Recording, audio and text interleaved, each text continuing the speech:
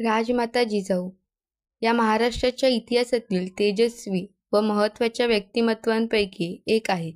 त्यांचा जन्म 12 जानेवारी 1598 रोजी बुलढाणा जिल्ह्यातील सिंदखेड राजा येथे झाला.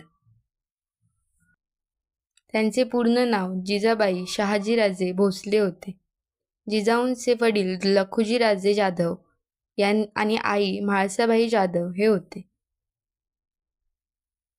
जिजाऊंचे बालपण एका आदर्श कुटुंबात गेले, जिथे त्यांना धर्म, न्याय आणि मराठा संस्कृतीचे महत्त्व पटवले गेले. त्यांचे लग्न शहाजीराजे भोसले यांच्यासोबत झाले.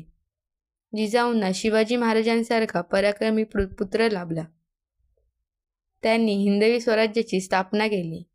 जिजाऊंचा शिवाजी महाराजांच्या जीवनावर अत्यंत मोठा प्रभाव होता. जिजाऊंनी शिवाजी महाराजांना पराक्रम, शौर्य आणि नीतिमत्ता शिकवली.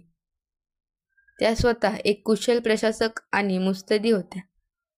त्यांच्या सल्ल्याने शिवाजी महाराजांनी स्वराज्य स्थापनेसाठी विविध योजना आखल्या. त्यांनी स्वराज्याची संकल्पना आणि ध्येय शिवरायांच्या मनात रुजवले.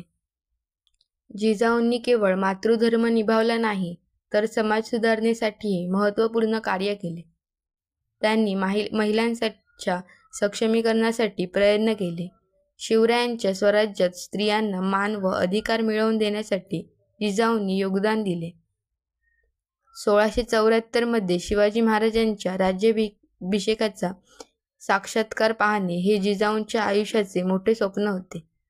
मात्र दुर्दैवाने त्या या सोहळ्यापूर्वीच 17 जून 1674 रोजी रायगड येथे निधन पावले. राजमाता जिजाऊंचे जीवन म्हणजे कर्तृत्व, धैर्य आणि त्यागाचा आदर्श आहे. त्यांनी दिलेली शिकवण आजही महाराष्ट्रातील लोकांसाठी प्रेरणादायी आहे. त्यांच्या कार्यामुळे त्या इतिहासात अजरामर झाल्या आहेत. राजमाता जिजाऊ म्हणजेच मातृशक्तीचे मूर्तिमंत प्रतीक होय.